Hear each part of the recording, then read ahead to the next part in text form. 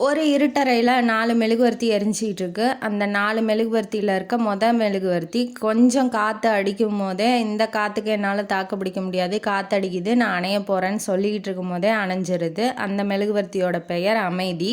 2வது மெழுகுவர்த்தியோட பெயர் அன்பு. அது என்ன பண்ணுதுன்னா, ஆமாம் அந்த காற்று பலமாக அடிக்குது, நானும் அணைய போகிறேன் அப்படின்னு சொல்லிட்டு அதுவும் அணைஞ்சிருது. 3வது மெழுகுவர்த்தியும் இவங்க 2 பேருமே அணைஞ்சிட்டாங்க, இனிமேட்டு நான் என்ன பண்ண போகிறேன், நானும் அணைய போகிறேன் அப்படின்னு சொல்லிட்டு அறிவுங்கிற 3வது மெழுகுவர்த்தியும் அணைஞ்சிருது.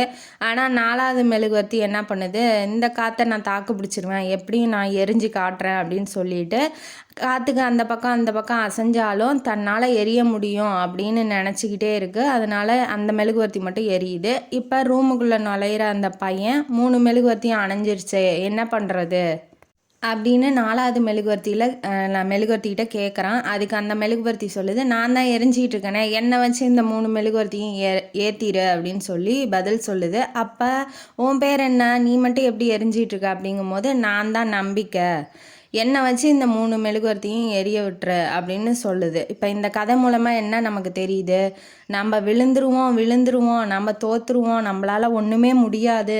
அந்த காற்றுல லேசாக அடிக்கும் போதே அவங்க நம்பிக்கையை இழந்துட்டு அந்த 3 மெழுகுவர்த்தியும் நான் அணைஞ்சிருவேன்னு சொல்லிடுச்சு. அப்போ காற்று வேகமாக அடித்தாலும் அதே நிலமை தான், இல்லை காற்று லைட்டாக அடித்தாலும் அந்த மெழுகுவர்த்தியால் நிலச்சி நிற்க முடியல. ஆனால் 4வது மெழுகுவர்த்தியான நம்பிக்கை என்ன சொல்லுது, என்னால் முடியும், என்னால் தன்னம்பிக்கை விடாமல் என்னால் எரிஞ்சு காட்ட முடியும், இது என்ன பெரிய காற்று, அந்த காற்றையும் எதிர்த்து என்னால் எரிய முடியும்னு நினச்சி எரிஞ்சிச்சு.